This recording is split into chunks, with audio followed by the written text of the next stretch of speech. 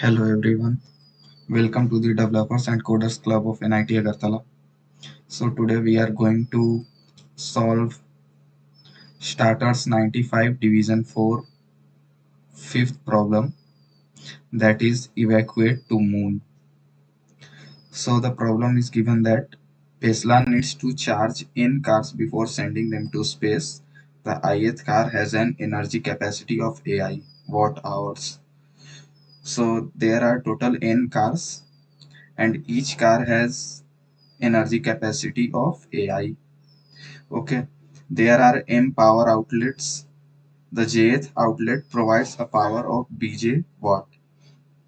So there are M power outlets from where the power will be delivered to the N cars, and each power outlets has a power of BJ watt. If an outlet can charge at most one car and a car can be charged by at most one outlet, find the maximum total energy stored in all cars after each hours.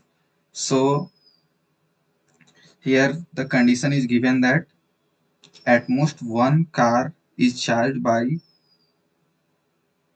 one outlet, and at most one outlet can charge one car. Means from here we can conclude that for each car there is only one outlet. So it is okay. And how much energy a car can store? So we will calculate it by multiplying the time h with the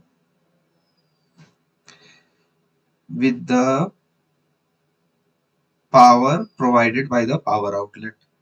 Okay, if the multiplication is less than or equal to the energy capacity of car, then the car can hold that multiplication. Otherwise, the car can hold up the energy up to its energy capacity. So it is okay. Now just check the code. So here we have taken input of test case. Now we are given three variables n, m and h. N is number of cars, m is number of power outlets, and h is time. For how much time we have to provide the power. So we have taken input of all the three variables. Now how we will do this problem? So we will sort. Firstly, we will store the number of cars in a vector and number of power outlets in another vector. Okay, that is v1 and v2. Then we will sort both the vectors in decreasing order. So we have sorted the vector in decreasing order, and then we will check for each index. That is, for first car we will deliver the power from first outlet. For second car we will deliver the power from second outlet. Okay, and how will we store the energy? If the multiplication of time and energy provided by the power outlet is greater than the energy capacity of car, then we will store the energy capacity of car. Otherwise, if the multiplication of time and multiplication of power from the power outlet is less than the energy capacity of car, then a car can hold only that much energy which is equal to multiplication, or which is equal to the product. So yeah, it is okay. So we have declared two vectors v1 and v2. In first vector we have taken input for the number of cars, and in second vector we have taken input of the power outlets with multiplication of the time.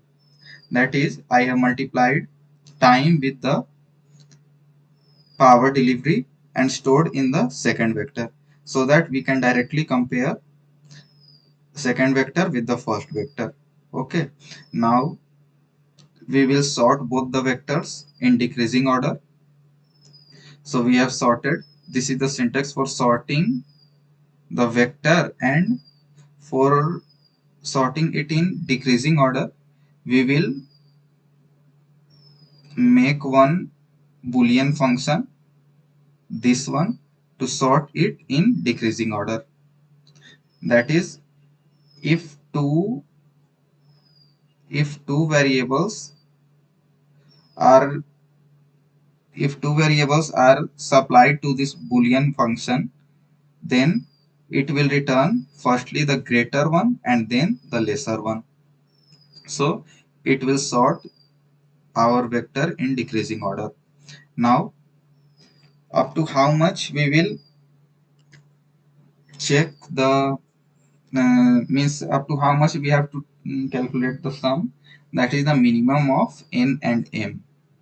Means if number of cars are less than the number of power outlets, then we have to go up to number of cars.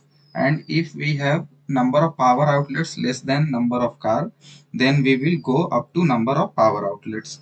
So I have